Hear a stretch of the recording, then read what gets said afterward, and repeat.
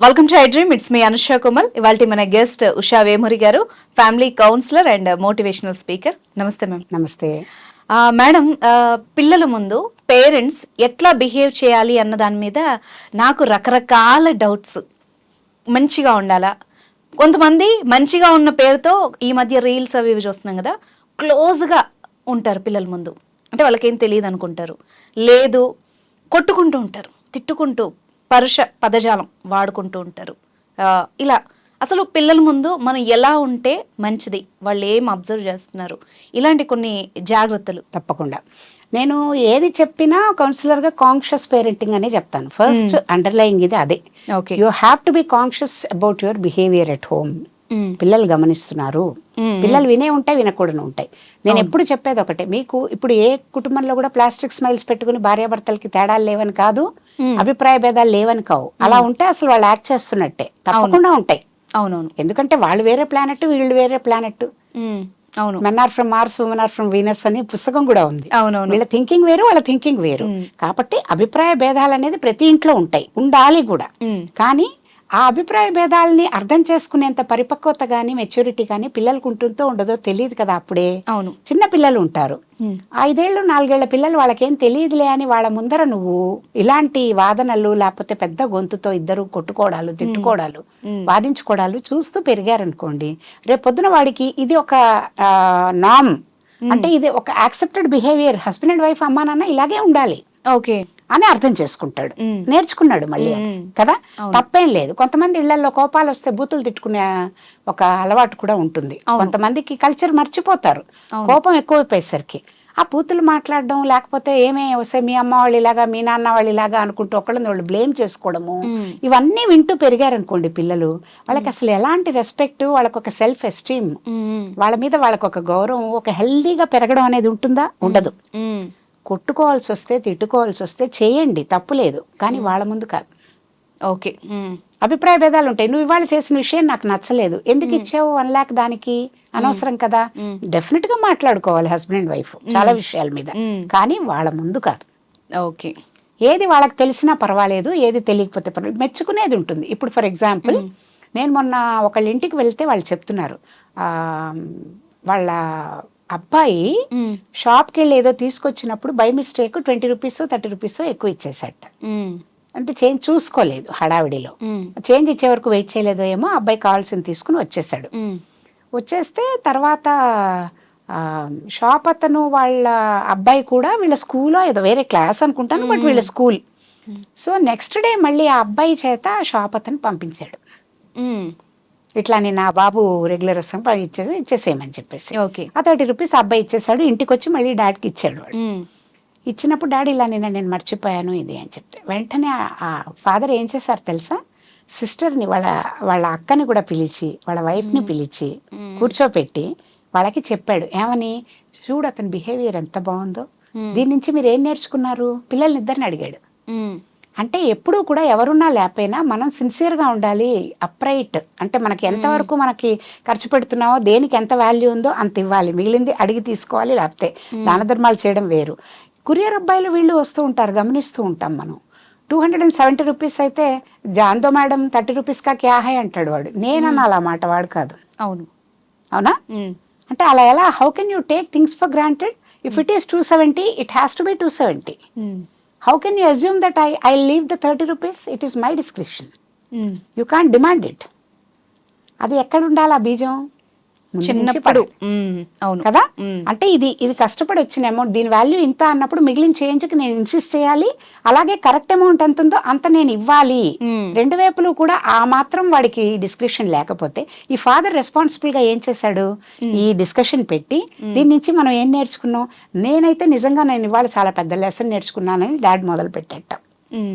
మనం మామూలుగా చిన్న అమౌంట్, మనకి 20-30 పెద్ద మ్యాటర్ కాదు, పెద్ద అమౌంట్ కాదు, కానీ దాని వెనక వాడి వాల్యూ ఏదైతే ఉందో, ఇది నాకు ఈ వస్తువు ధర ఇంతే అయినప్పుడు మిగిలిన డబ్బు నాది కానప్పుడు నేను రిటర్న్ చేయాలి అనే బీజం అక్కడ వేసి, అది మిగతా వాళ్ళకు కూడా చెప్పి ఇంట్లో సెలబ్రేట్ చేశాడు చూసారా, అంటే అతని గొప్పతనాన్ని చెప్పాడు కదా, అది తెలియకుండానే వీళ్ళ మైండ్ మీద అంటే ఒక వాల్యూ ఉన్న దీన్ని ఎంకరేజ్ చేస్తారు. తర్వాత అప్రైట్ గా ఉండి సిన్సియర్ గా ఉంటే మనకి గౌరవం ఉంటుంది. ఇట్లాంటి వాల్యూస్ అన్నిటినీ కూడా మనం ప్రమోట్ చేస్తే they will come back to us in some form or other. మనం వి ఫీల్ హ్యాపీ, అలాగే వేరే వాళ్ళకి కూడా మన వల్ల హ్యాపీనెస్ రావాలి అనేది డైరెక్ట్ ప్రీచింగ్ లాగా రాముడు గొప్పవాడు భీముడు గొప్పవాడు అని చెప్పడం కాకుండా ఇలా వచ్చినప్పుడు కూడా ఈ లైవ్ ఎగ్జాంపుల్స్ ద్వారా చెప్తూ ఉంటే వాళ్ళకి నేర్చుకునేందుకు ఎక్కువ అవకాశం ఉంటుంది. ఓకే కదా, అవునా? అవును. ఇప్పుడు మీరు ఇంకోటి ఏదో ప్రశ్న అడిగారు, ఇందులో 2 ప్రశ్నలు అడిగారు ఇందాక. పిల్లల ముందు పేరెంట్స్ ఎంత క్లోజ్ గా ఉండొచ్చు? ఎందుకు అంటే ఈ మధ్య shorts, reels, social media effect వల్ల పిల్లల ముందు రకరకాల స్టంట్లు చేయడం, వాటిని సరదాగా రీల్స్ చేసి పిల్లలు నవ్వుతూ ఉంటారు వీళ్ళు చేసే ప్రతి పనికి.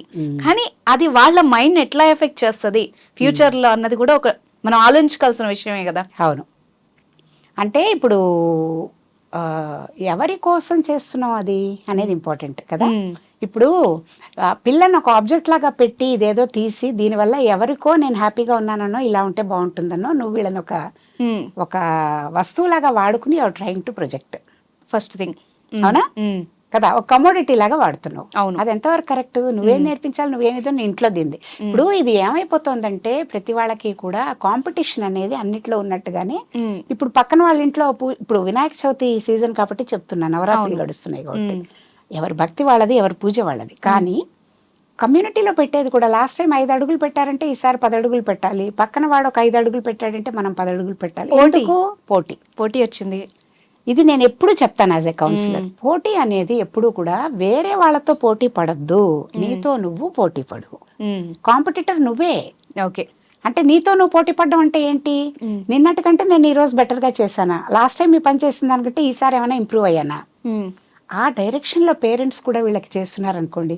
కిందటిసారి ఎలా చేసాం మనం, ఈసారి ఇంకొంచెం బెటర్ గా ఎలా చేద్దాం ఒకసారి చెప్పండి, మీరేం చెప్పొద్దు, చెప్పండి అని వాళ్ళకి వదిలేయండి. 20 ఐడియాస్ తో ముందుకు వస్తారు వాళ్ళు. ఇది బాగుంది కదా, ఇలా లాస్ట్ టైం చేయలేదు, ఈసారి ఇచ్చేద్దాం. అంటే వాళ్ళకు కూడా ఆలోచించేందుకు, ఫ్రీడమ్ ఇచ్చేందుకు అవకాశం ఇస్తున్నాం. మీరన్న ఈ బిహేవియర్ పిల్లల ముందు చూపించడం అనేది కూడా దాంట్లో కూడా చాలా రకాల బిహేవియర్లు ఉన్నాయి. ఇప్పుడు బాడీలీ వీటికి సంబంధించి ఊరికే మీద పడడాలు లేకపోతే ఇట్లాంటిది ఒక వంతు, ప్రేమగా ఉండడం ఒక వంతు. అవును, అది అక్సెప్టబుల్, ప్రేమగా ఉండడం. ఇప్పుడు మనకి టచ్ అనేది మన సెన్స్ ఆర్గన్స్ లో అన్నిటికంటే చాలా ఇంపార్టెంట్. సైన్స్ కూడా ప్రూవ్ చేసింది అది. ఇప్పుడు ఎవరికైనా ఏమైనా కష్టం వచ్చినా దూరం నుంచి ఎన్ని మాటలు మాట్లాడినా వేరు, దగ్గరికి వెళ్ళి అనుష అని చెప్పి ఒకసారి నేను ఇలా అన్నాను అనుకోండి, హౌ డు యూ ఫీల్? చాలా బాగుంటుంది కదా. టచ్ అనేది ఎప్పుడు ఇంపార్టెంట్. కానీ ఇప్పుడు అందుకని పిల్లలు కూడా గుడ్ టచ్ ఏంటి బ్యాడ్ టచ్ ఏంటి అని కూడా మనం చెప్తున్నాం కదా. అవునవును, మనకి తెలుస్తోంది కదా ఎందుకు అని. అలాగే ఇప్పుడు ఈ టచ్ చేసేటప్పుడు కూడా ఎందుకు అసలు అవసరమే ఉంది, అక్కడ కూర్చున్నప్పుడు మనము వెళ్ళి ముట్టుకోవడం చూడడం మీద మీద పడిపోవాల్సిన అవసరం లేదు. డీసెంట్ గా ఉండొచ్చు కానీ ప్రేమగా ఉండు. మనందరం ఒక టీం, ఒక యూనిట్. నాన్నకి ఇప్పుడు అక్కడ నాన్నకి లేట్ అయింది అనుకో, నాన్న ఒక 10 minutes లో వస్తానని ఫోన్ చేశారు, అప్పుడు నాకు ఆకలి వేస్తుంది నేను తినేస్తాను అంటే నిజంగా తను చదువుకునే పని ఉండేది అంటే ఓకే నువ్వు తిను నేను వెయిట్ చేస్తాను అంటే, అబ్బా ఎందుకమ్మా మాతో ఎప్పుడు ఎందుకు తినవు, నాన్న వచ్చాక ఎందుకు తింటానంటావు అని. పాప నాన్న ఒక్కరు అలసిపోయి వస్తారు, ఒక్కరే తినాలి కదా నాన్న, మనందరం ఒక ఫ్యామిలీ కదా, నీకు చెల్లి మీ ఇద్దరు ఒకసారి తిన్నారు కదా, నాన్న పాప ఒక్కరే ఉంటారు కదా, ఇద్దరం కలిసి తింటాం, లేదా నలుగురం హాలిడేలు అయితే నలుగురం కలిసి తిందాం. అది ప్రేమ. ఓకే, ప్రేమ రెస్పెక్ట్ ఉండేది చెప్పడం అది. అలాగే అలసిపోయి ఉంది ఆవిడ, పాపం చెమటలు కారుతున్నాయి, వంటింట్లో గిన్నెలు కడుగుతుంది, పాపం మన ఇద్దరం కూడా వీళ్ళ అమ్మకి హెల్ప్ చేద్దాం, నువ్వేమో అది తీసుకురా, నువ్వేమో ఇది పెట్టి వైప్ చేసేసి నాప్కిన్ పెట్టి నువ్వు తుడు నాన్న చిన్నవాళ్ళకి, పెద్దవాళ్ళేమో నువ్వు కడుగు నేనేమో ఇక్కడ ఇచ్చేస్తాను అమ్మకి కొంచెం హెల్ప్ చేద్దాం, నువ్వు వెజిటబుల్స్ కట్ చేస్తావా, అట్లా వాళ్ళకి రెస్పాన్సిబిలిటీ ఇచ్చి అందరూ ప్రేమ. ఎంత హ్యాపీ ఫీల్ అవుతారండి సండే పూట కూర్చుని నలుగురు ఒక్కొక్క పని చేసుకుంటూ కలిసి కుక్ చేసుకుంటే ఎంత హ్యాపీ అవుతారో. నువ్వు టేబుల్ పెట్టు, అమ్మేమో ఇవన్నీ చేస్తుంది. ఇవన్నీ పాత రోజులండి, ఒకప్పుడు చేసే వాళ్ళం. అవి ఎంత బెస్ట్ రోజు అప్పుడు పెరిగిన వాళ్ళకి. అందుకే ఇంతవరకు కూడా వాళ్ళ వాల్యూస్ ఫాలో చేస్తూ ఉన్నారేమో. ఇవన్నీ కోల్పోవడం వల్లే మనం ప్రస్తుతం ఉన్న దీంట్లో. కానీ బయట వాళ్ళందరూ ఇందులో మహిమ గ్రహించి దీని వైపుకి వస్తున్నారు. అన్ఫార్చునేట్లీ మనం వదిలేస్తున్నాం. అవును, ఫారినర్స్ మనల్ని ఫాలో వదిలేస్తున్నాం. సో మనం ఇదేంటంటే కొత్త ఒక వింత పాత క్రోత అనుకోక్కర్లేదు. మనం ఏది వదిలేయాలో అది వదిలేస్తూ వాళ్ళ దగ్గర ఉన్న టెక్నాలజీ నిబద్ధత అవి నేర్చుకుంటూ గనక మనము రెండింటినీ కలుపుకుని ముందుకెళ్తే అద్భుతమైన, నేను మళ్ళీ అంటున్నట్టుగానే భారతదేశం అద్భుతంగా మనం కుటుంబాలను కూడా చాలా పాజిటివ్ గా మార్చొచ్చు. చాలా చక్కగా చెప్పారు. థ్యాంక్ యూ సో మచ్ అండి.